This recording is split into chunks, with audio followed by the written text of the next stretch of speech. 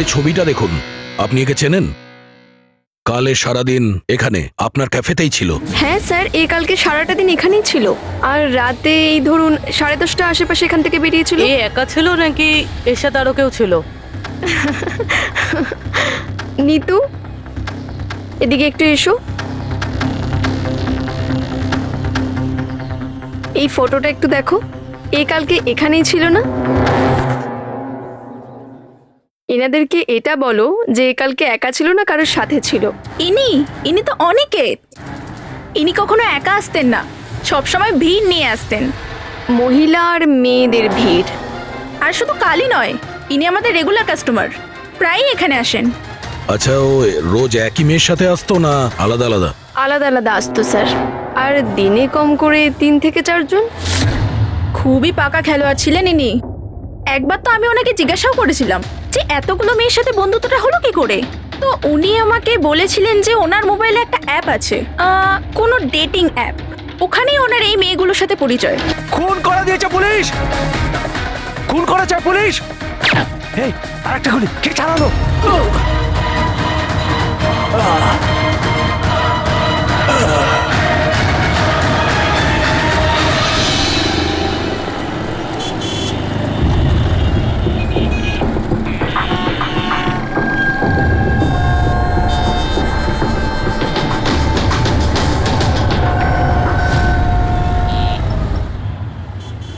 মাফ করবেন,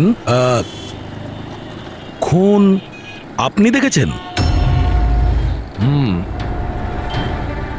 কিন্তু আপনি দেখলেন কি করে? বলতে চাইছি যে আপনি তো দেখতে পাই না, তাই তো? হ্যাঁ, ওই আর কি, মানে বলতে চাইছি আপনি দেখলেন কি করে খুন হতে? এইটার সাহায্যে। এটার সাহায্যে? কি এটা? এটা সেন্সর গ্লাভস। এতে সেন্সর ফিট করা আছে, যার থেকে অদৃশ্য তরঙ্গ বেরিয়ে যায়। ওই তরঙ্গের সামনে যা কিছু থাকে ওতে ধাক্কা খেয়ে ওগুলো ফিরে আসে। তাতে আমি জানতে পারি যে আমার সামনে কি হচ্ছে। মানে এক প্রকার এটা আপনার চোখের কাজ করে? হ্যাঁ, আপনি সেটা বলতে পারেন। আরে কিন্তু এটা কি করে হতে পারে? হতে পারে। এক মিনিট। আপনি একজন মহিলা।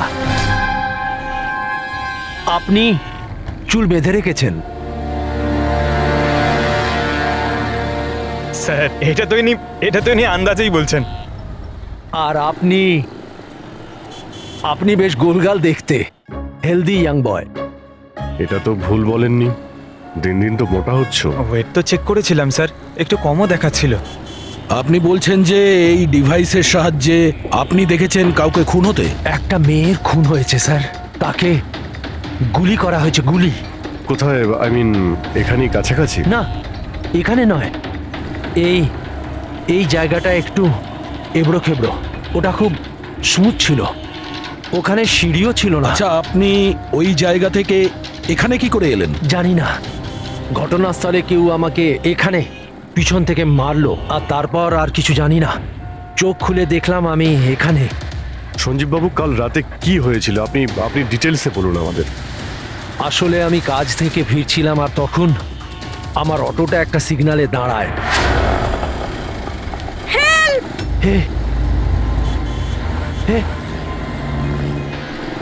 ওদিকে কি? ওদিকে কি? কি? আরে ভেতর থেকে তুমি একটা মেয়ের চিৎকার শুনতে পেলে না? মেয়ের চিৎকার? কি বলছেন কি আপনি? ও, বের বললো। কি বলছেনটা কি আরে আপনি? আচ্ছা নাও, এটা তুমি রাখো রাখো। ঘটনাস্থলে আমি যখন পৌঁছলাম তখন দেখলাম যে একটা ছেলে আর একটা মেয়ে ছিল। ছেলেটার হাতে পিস্তল ছিল, গান। দুজনে ঝগড়া করছিল, ধস্তাধস্তি হচ্ছিল। খুন করেছে পুলিশ। এই আরেকটা গুলি। ব্যাস, যখন আমার চোখ খুললো তখন ওই ছেলেগুলো আমার গ্লাভস চুরি করবার চেষ্টা করেছিল, আর আমি ওদের ধরে ফেলি।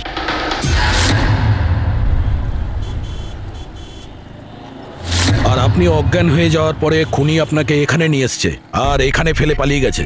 হ্যাঁ, হতে পারে। আচ্ছা ওই জায়গাটা কোথায় যেখানে মেয়েটার গুলি লেগেছিল? না স্যার, আমি জানি না। আচ্ছা আন্ধারিতে ওই অটো যে সিগন্যালে দাঁড়িয়েছিল, যেখানে আপনি মেয়েটার চিৎকার শুনেছিলেন, সেই জায়গাটা জানেন আপনি? মনে আছে? আই অ্যাম সরি, আমি এ ব্যাপারে আপনাদের হেল্প করতে পারবো না। ইটস ওকে, আপনি চিন্তা করবেন না, আমরা ওই জায়গাটার খোঁজ নিয়ে নেব। কিন্তু কি করে? ওই অটো ড্রাইভারকে জিজ্ঞাসা করব। এত বড় শহরে ওই ড্রাইভারকে আপনি কোথায় খুঁজে পাবেন স্যার? পেয়ে যাব। ওদের নেটওয়ার্ক খুবই ফাস্ট, সারা শহরে ছড়িয়ে আছে, পেয়ে যাব। ওনার নাম ঠিকানা বা অন্য কিছু জানেন আপনি? ও ও টুপি পরেছিল আর পুরনো গান শুনছিল 90-এর দশকের। আর ওর অটোতে আগুন নেভানোর যন্ত্রও লাগানো ছিল। আর হ্যাঁ, ওর কথাবার্তা দেখে মনে হচ্ছিল ও উত্তর ভারতে থাকে। হ্যালো, কি উত্তর ভারতের লোক? পুরনো গান শোনে, আবার টুপিও পরে, আগুন নেভানোর যন্ত্রও আছে ওর অটোতে। ঠিক আছে, দেখছি।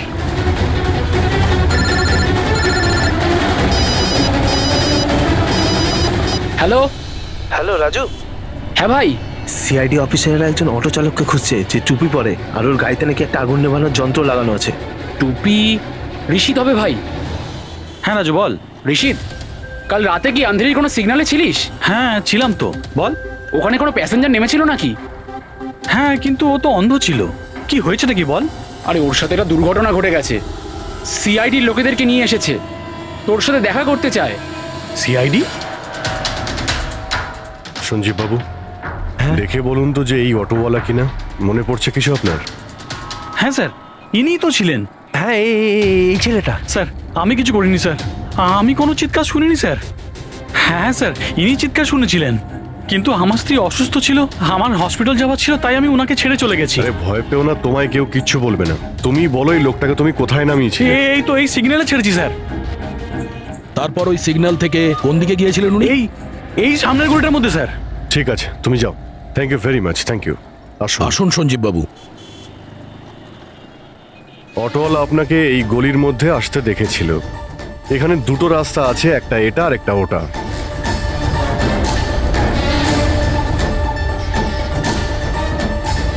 কিছু মনে পড়ছে আপনার কোথায় গিয়েছিলেন? সঞ্জীব বাবু, একটু মনে করে বলুন যে আপনি এর মধ্যে কোন গলিতে গেছিলেন?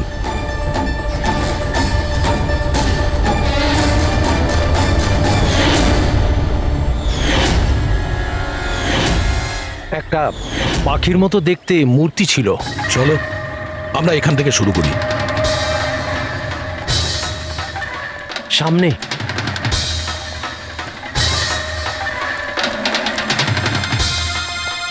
স্যার এই দেখুন। সঞ্জীব বাবু দেখুন তো এই মূর্তিটাই কিনা। হ্যাঁ হ্যাঁ, এটাই। অভিজিৎ স্যার, মূর্তি পেয়ে গেছি। এটা কি?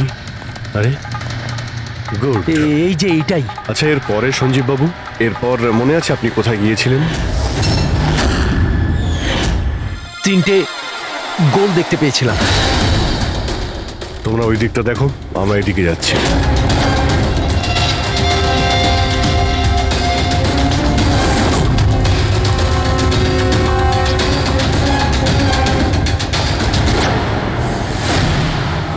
স্যার,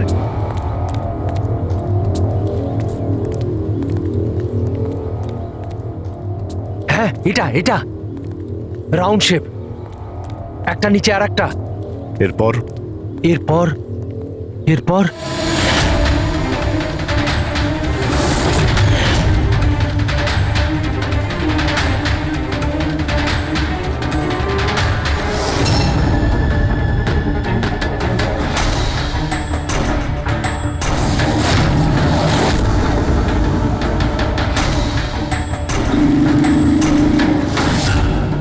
এদিকে এদিকে, এই যে। সাবধানে। আরে স্যার, ঘুরে ফিরে সেখানেই চলে এলাম যেখান থেকে শুরু করেছিলাম। আরে সেই জন্যই তো উনি চিৎকার শুনতে পেয়েছিলেন।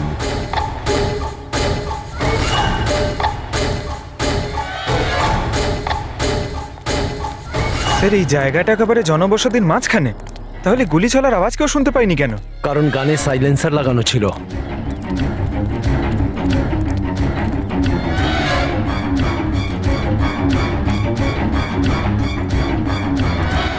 আসুন, একটা স্টেপ আছে, সাবধানে।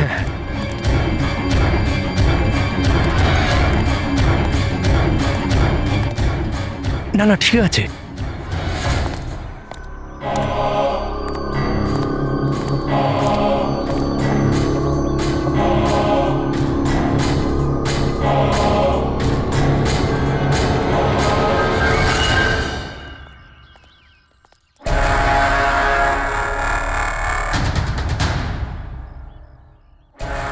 কি হলো?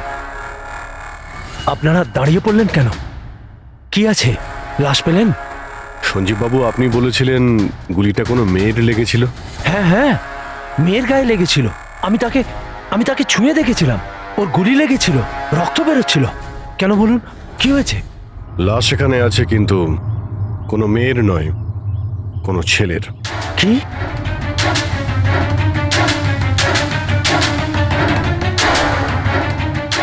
Is dead. মনে হচ্ছে সেই যে ওই মেয়েটাকে মারার চেষ্টা করেছিল। স্যার, ওনার কথা অনুযায়ী এখানে দুটো গুলি চলেছিল। হয়তো হয়তো এই দ্বিতীয় গুলিটায় মারা গেছে।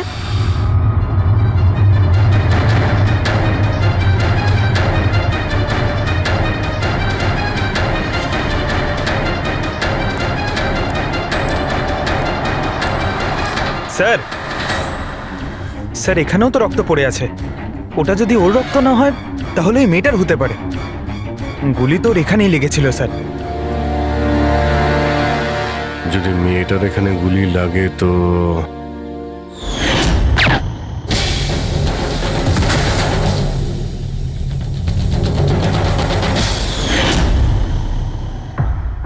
আপনি বললেন যে আপনার মাথায় পিছন থেকে কেউ মেরেছিল, তো সেটা দ্বিতীয় গুলি চলার পরে আপনার লেগেছিল নাকি সেটা চলার আগে? না না, দ্বিতীয় গুলিটার পর মেরেছে। স্যার কি হচ্ছে এসব? কিছু বুঝতেই পারছি না। স্যার, রক্ত তো অনেক বেরিয়েছে। ওই মেয়েটা নিশ্চয়ই আহত। স্যার, না তো কোনো মোবাইল পেয়েছে, না ওয়ালেট, কোনো আইডেন্টিফিকেশন নেই। আর স্যার, ওর হাত আর আঙুলে যে চিহ্ন আছে সেগুলো দেখে মনে হচ্ছে কেউ যেন ঘড়ি আর আংটি চুরি করে নিয়েছে।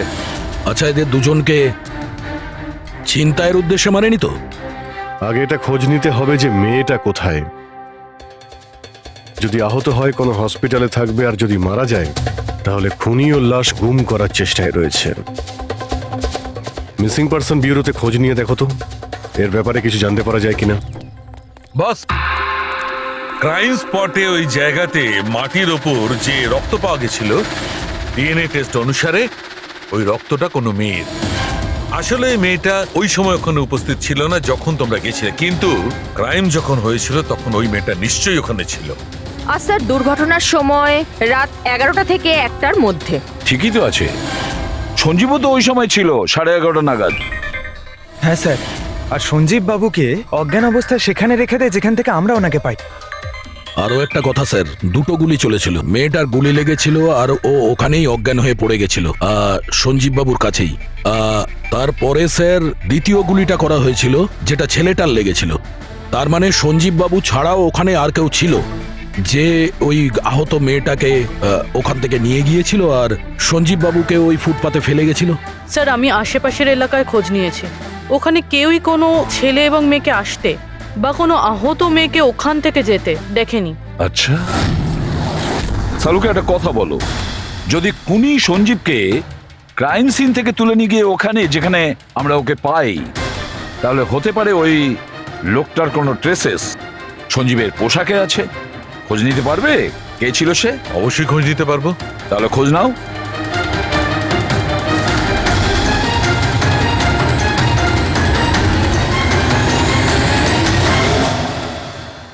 স্যার, লাশ শনাক্ত করা গেছে। ওর নাম হলো অনিকেত স্যার, আর ওর বাড়ির লোকজনও হারিয়ে যাওয়ার রিপোর্ট লিখিয়েছিলেন। অনিকেত, দেখুন আপনার ভাই অনিকেতের বডি আমরা বন্ধ কারখানায় পেয়েছিলাম।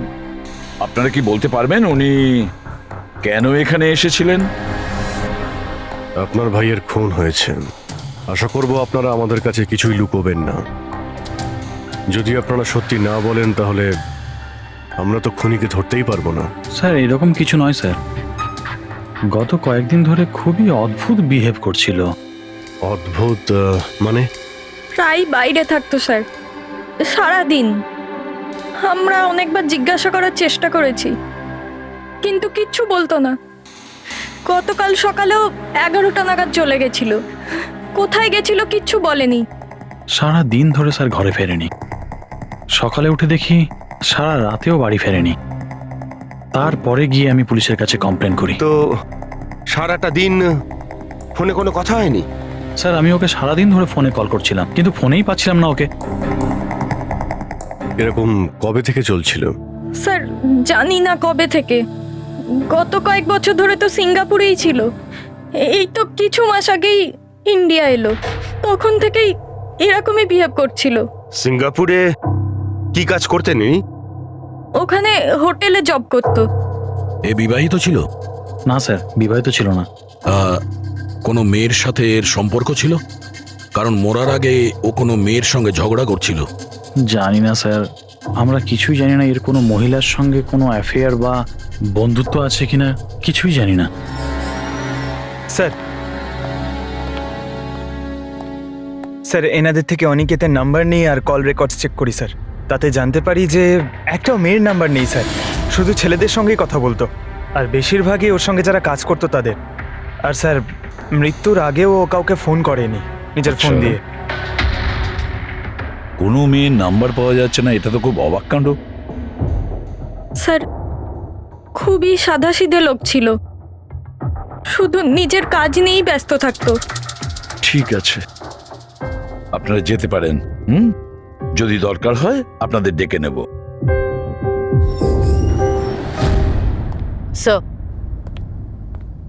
স্যার কালকে কারখানায় যাওয়ার আগেই অনিকেত সারাদিন একই জায়গায় ছিল। কোন জায়গায়? Sir coffee shop. স্যার এর ক্রেডিট কার্ডের বিল থেকে এটা প্রমাণিত হয় যে এ সারাদিন ওই কফি শপে ওর ক্রেডিট কার্ড সোয়াইপ করেছিল। হ্যাঁ স্যার, ওর ফোনের লাস্ট লোকেশন ওই কফি শপই ছিল। কোন কফি শপ ছিল ওটা? Pillow coffee shop.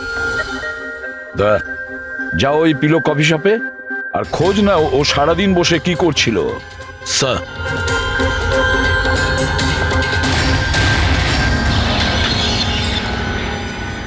বস, কি খবর নিয়ে এসেছো? এমন খবর এনেছি যেটা আমাদের কাছে খুব জরুরি। কি? এর পোশাকের মধ্যে আমি কয়েকটা আলাদা আলাদা ডিএনএ স্যাম্পল পেয়েছি। কিছু মানে? 5 জন লোকের ডিএনএ স্যাম্পল পেয়েছি। 5? হ্যাঁ 5, আর এই 5 জনই মেয়ে। আর সঞ্জীবের জামা কাপড় থেকে আমরা 2 ধরনের ডিএনএ পেয়েছি, আর এই দুটো স্যাম্পল অনিকেতের জামা কাপড় থেকে পাওয়া স্যাম্পলের সঙ্গে ম্যাচ করে গেছে। মানে 5 জনের মধ্যে 2 জন যারা অনিকেতকে ছুঁয়েছিল, ওরা আবার সঞ্জীব বাবুকেও ছুঁয়েছিল। তার মানে অভিজিৎ, এই পুরো কাজটা দুটো মেয়েই করেছে।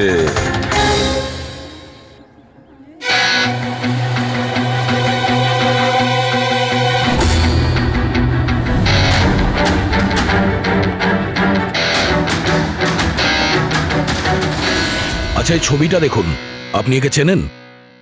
কালে সারাদিন এখানে আপনার ক্যাফেতেই ছিল। হ্যাঁ স্যার, এ কালকে সারাটা দিন এখানেই ছিল, আর রাতে এই ধরুন 10:30 আশেপাশে এখান থেকে বেরিয়েছিল। এ একা ছিল নাকি এর সাথে আরো কেউ ছিল?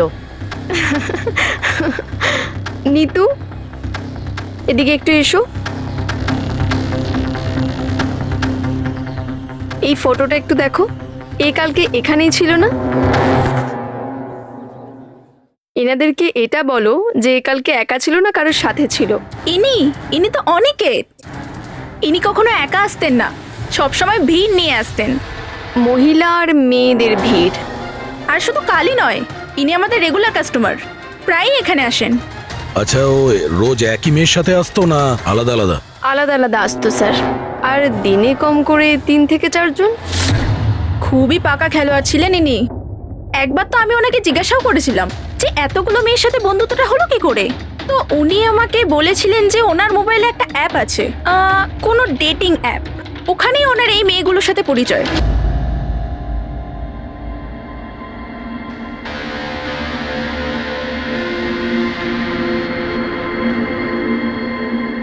কিছু জানতে পেরেছো? হ্যাঁ স্যার, অনিকেতের ডেটিং অ্যাপের ব্যাপারে জানা গেছে। ওই অ্যাপটার নাম ম্যাচ আপ। Match up? এটা দুজনের সাথে বিয়ে দেওয়ার কোনো অ্যাপ নয় তো?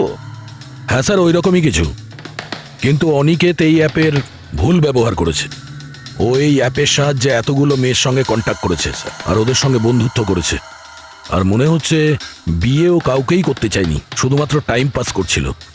এই অ্যাপে শুধুমাত্র চ্যাটিংই হয়, আর কারো নাম্বার এই অ্যাপে শো করে না স্যার। স্যার, আমরা অ্যাপ ডেভেলপ কোম্পানি থেকে 4টে মেয়ের ব্যাপারে খোঁজ নিয়েছি। অনিকেত যাদের খুব টাচে ছিল, ইনফ্যাক্ট মার্ডার হওয়ার দিনও ওদের সঙ্গেও ক্যাফেতে দেখা করেছিল। পুরবি কথা বলছে। প্রথম মেয়েটা হলো মোনা। হ্যাঁ, আমি দেখা করেছিলাম ওনার সাথে কফি শপে এই 4টে নাগাদ। কফি খেয়েছিলাম আর একটু কথাও বলেছিলাম আমরা। তারপর আমাকে বেরোতে হলো, আমার কিছু আর্জেন্ট কাজ ছিল। স্যার, এ বলছে যে কফি শপের পরে ও বিউটি পার্লারে গিয়েছিল, আর ওখান থেকে একটা মুভির প্রিমিয়ারে। দ্বিতীয় জন হলো রূপালী। তাহলে বলো, তোমার কি বক্তব্য? ও অনেক দিন ধরে আমার পিছনে পড়েছিল, খালি বলতো দেখা করো দেখা করো। ভীষণই বোরিং ছিল, আই টেল ইউ। ওর সাথে 1 কাপ কফি যে আমি কিভাবে খেয়েছি, আর কফিটা শেষ হওয়ার সাথে সাথেই আমি ওখান থেকে বেরিয়ে গেছি। ও বলেছিল স্যার ও অনিকেতের সঙ্গে 6টার সময় দেখা করেছিল, আর তারপরও ফ্যামিলি ফাংশন অ্যাটেন্ড করতে আন্ধেরি গিয়েছিল। আর তৃতীয় অঞ্জু স্যার। ওর সাথে তো সময়টা বুঝতেই পারিনি। কত ভালো ভালো কথা বলতো, আপনি জানেন আমরা সেদিন কত কথা বললাম। হঠাৎ করে ও বললো ওকে কোথাও যেতে হবে। আমরা ডিসাইড করলাম যে আমরা আবার দেখা করব, আর তারপর চলে গেল। এই মেয়েটা কফি শপ থেকে বাইরে বেরিয়ে হয়নি। এর স্টেটমেন্ট অনুযায়ী ও কফি শপেই বসেছিল কফি শপ বন্ধ হওয়া পর্যন্ত, 12টা অবধি। স্যার, এদের স্টেটমেন্ট আমরা ক্রস চেক করেছি, ঠিকই বলছে। স্যার, সঞ্জীববাবু বলছেন কোনো মেয়ের গুলি লেগেছিল। এদের 3জনকে চেক করা হলো, কিন্তু কোনো আঘাতের চিহ্ন নেই। তোমরা তো 4টে মেয়ের কথা বলেছিলে, তাহলে চতুর্থ মেয়েটি গেল কোথায়? স্যার, 4 নম্বর মেয়েটা হলো এরিকা। আমরা এই অ্যাপের সাহায্যে ওর সঙ্গে কন্ট্যাক্ট করার চেষ্টা করেছিলাম, কিন্তু ও কোনো রেসপন্স করেনি। তাহলে এক কাজ করো, ওই মেয়েটার সঙ্গে গিয়ে দেখা করো।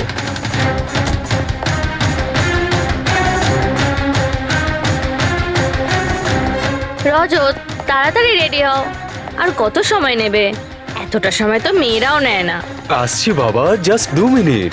Excuse me. হ্যাঁ বলুন, কাকে চাই? এরিকা। হ্যাঁ আমি, কিন্তু আপনারা? সিআইডি। সিআইডি? এসব কি? হ্যাঁ, কি হয়েছে স্যার? স্যার, কোনো প্রবলেম হয়েছে? আপনাকে আমরা মেসেজও করেছিলাম ম্যাচ আপ অ্যাপ থেকে।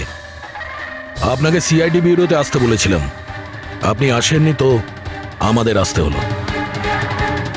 Match up app? এটা কি? Dating app. Dating app? তুমি এই ডেটিং অ্যাপে কি করছো? হ্যাঁ শোনো, ওনাদের কোনো ভুল হচ্ছে, আমি কোনো ডেটিং অ্যাপে নেই। সেটা কিভাবে হতে পারে? আপনার প্রোফাইল আছে, আপনার ডিসপ্লে পিকচার রয়েছে। শুনুন, আমি একজন বিবাহিতা, আমি কোনো ম্যারেজ সাইট বা ডেটিং অ্যাপে নেই। ইনি আমার হাজব্যান্ড রজত, আর আমি ওনার সাথে বিয়ে করে খুব হ্যাপি। আমার এসব করার কোনো প্রয়োজন নেই। ম্যাডাম, আপনি যদি সত্যি বলেন তাহলে এটা কি? আপনার প্রোফাইলে এই ডেটিং অ্যাপে কি করে? দেখুন, আমি সত্যি বলছি, আমি জানি না এটা কি। আমি এরকম কোনো প্রোফাইলই বানাইনি। তো আপনি এটা বলতে চাইছেন যে আপনার নামে কেউ ফেক আইডি বানিয়েছে? আচ্ছা, আপনি কোনো অনিকেত নামে কাউকে চেনেন? অনিকেত? এই লোকটা? না স্যার, আমি একে চিনি না। স্যার, কি করছেন আপনারা? কেন আমাদেরকে ডেকেছেন? আমরা আপনাদের বলিনি, কিন্তু অনিকেত, যার সঙ্গে আপনারা কফি শপে দেখা করেছিলেন, ওর খুন হয়ে গেছে ওই রাতেই। কিন্তু স্যার, আমরা ওকে কেন মারবো? আমরা তো ওকে ঠিকমতো চিনতামই না। ইনফ্যাক্ট এই ঘটনার কিছুদিন আগে তো ওর সাথে চ্যাট হয়েছিল আমার অ্যাপে। হ্যাঁ, আর ওই দিনই তো আমি প্রথমবার দেখা করেছিলাম ওর সাথে। আর আমার সাথে তো ওর সেরকম কোনো শত্রুতাও ছিল না। আর আমি তো ওই অ্যাপেই নেই, এমনকি আমি ওকে চিনিও না। ওই অ্যাপের প্রোফাইলে আপনার পার্সোনাল পিকচার ছিল। সেই পিকচার আপনার ফোন থেকেই নেওয়া হয়েছিল। কোনো স্ট্রেঞ্জারের কাছে আপনার ছবি কিভাবে আসবে? ম্যাম, আমি জানি না আমার ছবি কিভাবে ওর কাছে গেল। আমার ফোন কিছুদিন আগে হারিয়ে গিয়েছিল। ফোন চুরি হয়ে গেছে? কোথায়? স্যার, ঠিক জানি না, মনে পড়ছে না। কোনো ব্যাপার না, আপনারা কিছুক্ষণের জন্য আমাদের সাথে কোঅপারেট করুন, আমরা জেনে যাব খুনিকে। ফ্রেডি,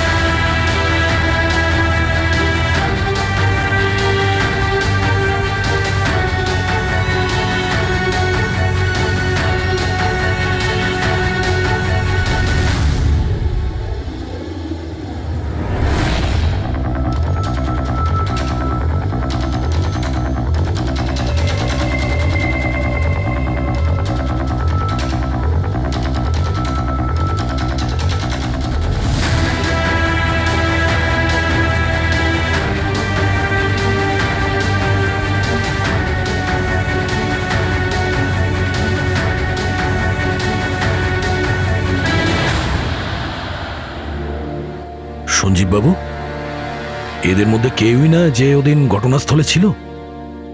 এদের মধ্যে কেউ নয়। ঠিক আছে, আপাতত আপনারা যেতে পারেন। Thank you.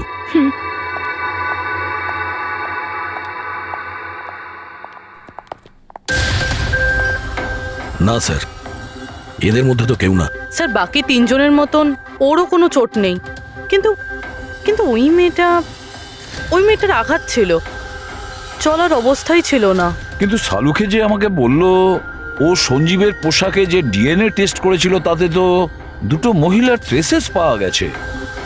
ঠিক আছে, কিন্তু একজন আহত হতে পারে, আরেকজন সেও তো ওই চারজনের মধ্যে একজন হতে পারে। স্যার, এই চারজনের জল খাওয়ার গ্লাসগুলো ফরেন্সিকে পাঠিয়ে দিয়েছি, রিপোর্ট আসবে।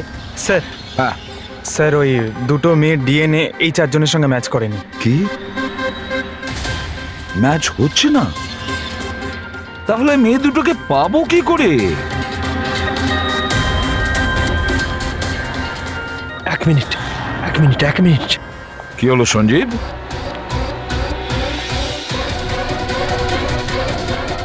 এসিবি স্যার, আমি এই গন্ধটা চিনি। গন্ধ? আমার আফটার শেভ মনে হয় স্যার। না না, এটা ওই গন্ধ যেটা আমি ঘটনাস্থলে পেয়েছিলাম, একদম ওটার মতো। কফি আর চা?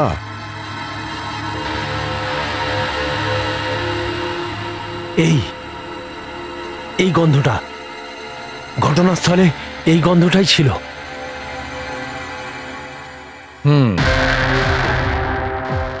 আর আমি পঙ্কজের জামার হাতার ওপরে কফির দাগ পেয়েছি। হ্যাঁ স্যার, ওই সকালে কফি বানাচ্ছিলাম না, তাই একটু পড়ে গেছিল। তার মানে ডক্টর সালুখে ওই ক্রাইম সিনে কফি আর চায়ের মিশ্রিত একটা গন্ধ ছিল। ক্রাইম সিনে না খুনির কাছে?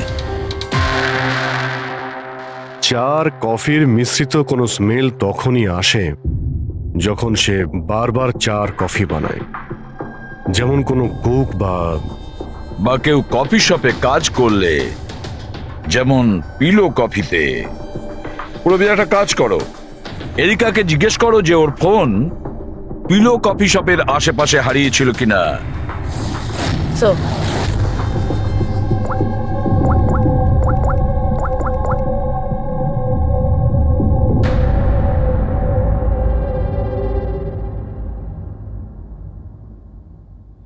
স্যার, স্যার, ওনার ফোন ওখানেই হারিয়েছিল, ওই কফি শপে।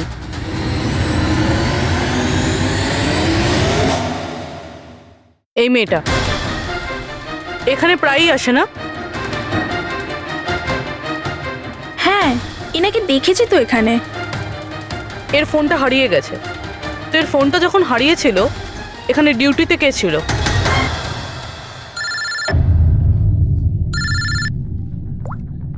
হ্যালো, হ্যাঁ ফ্রেডি। ও গুড, ঠিক আছে, আমরা এক্ষুনি ওখানে পৌঁছচ্ছি। পুরবি, স্যার। ফ্রেডির ফোন ছিল। ওই হসপিটালটার খোঁজ পাওয়া গেছে যেখানে ওই আহত মেয়েটা ভর্তি আছে। স্যার, ওই মহিলাই যে অনিকেতের খুন করেছিল? হ্যাঁ, ওই মেয়েটা। আমাদের এক্ষুনি ওখানে যেতে হবে। স্যার, আমাদের এখন বেরোতে হবে, কিন্তু যতক্ষণ অবধি জিজ্ঞাসাবাদ কমপ্লিট না হচ্ছে কেউ কফি শপ থেকে বেরোবে না।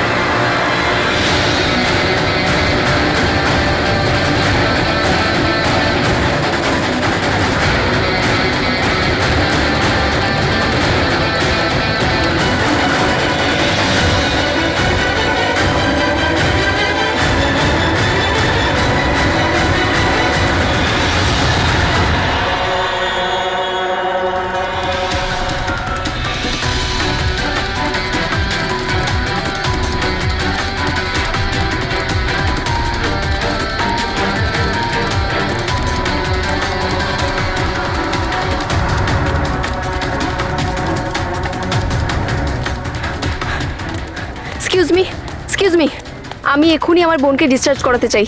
আপনি এক্ষুনি ডিসচার্জ পেপার তৈরি করুন, তাড়াতাড়ি।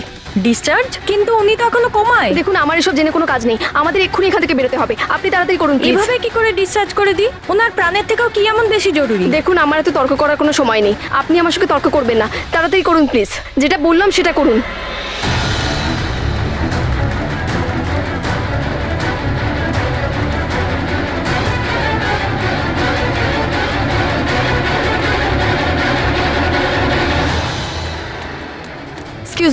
এক্সকিউজ মি, আমার দিদি স্বপ্নাকে এক্ষুনি ডিসচার্জ করাতে হবে, এক্ষুনি। ওর বিলের টোটাল অ্যামাউন্টটা বলবেন প্লিজ। Excuse me. মনে হয় খুব তাড়া আছে তোমার।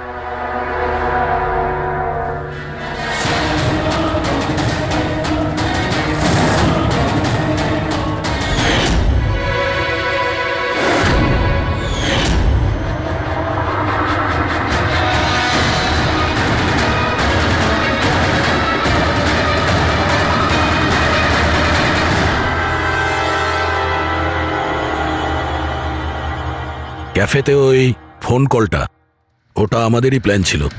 আমরা এটাই দেখতে চাইছিলাম যে ওই আহত মেয়েটার মিথ্যে খবরের জালে কে ফাঁসে।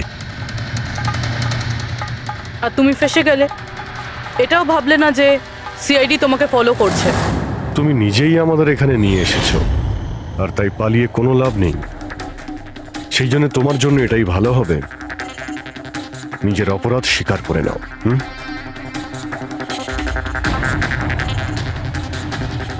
অনিকেত আমার দিদিকে জীবন্ত অবস্থাতে মেরে ফেলেছিল।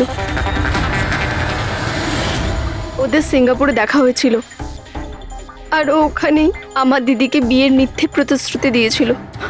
ওরা এঙ্গেজমেন্টও করে নেয়, আর তারপরে বিয়ের কথা বললেই ও এড়িয়েই যেত।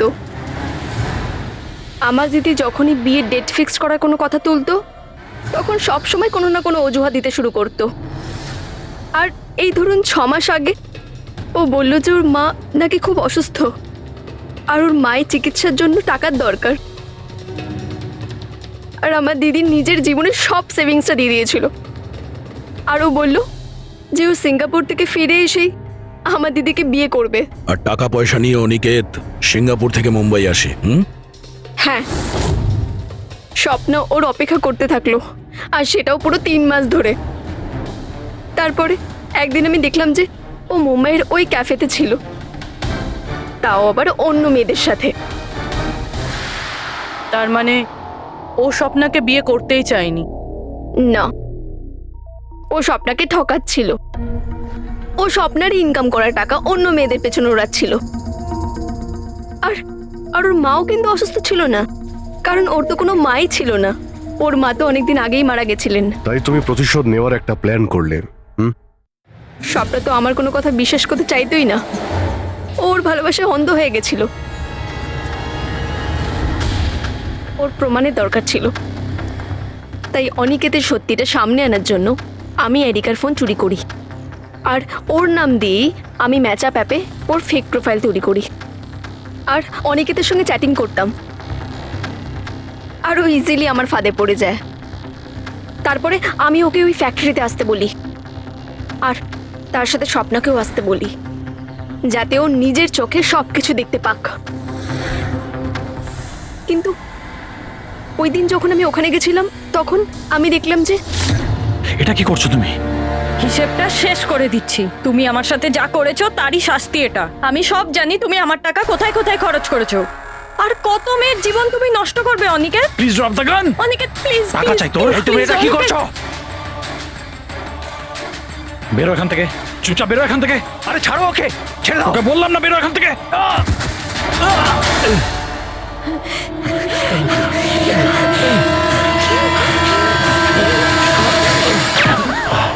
এই, গুলি করে দিলে, গুলি করে দিল।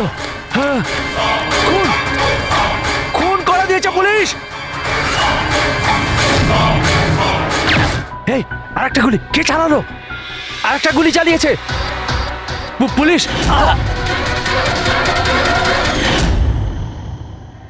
তুমি জানো, অনিকেতের লাশ পর্যন্ত আমাদের ওই সঞ্জীব বাবু পৌঁছে দিয়েছিলেন।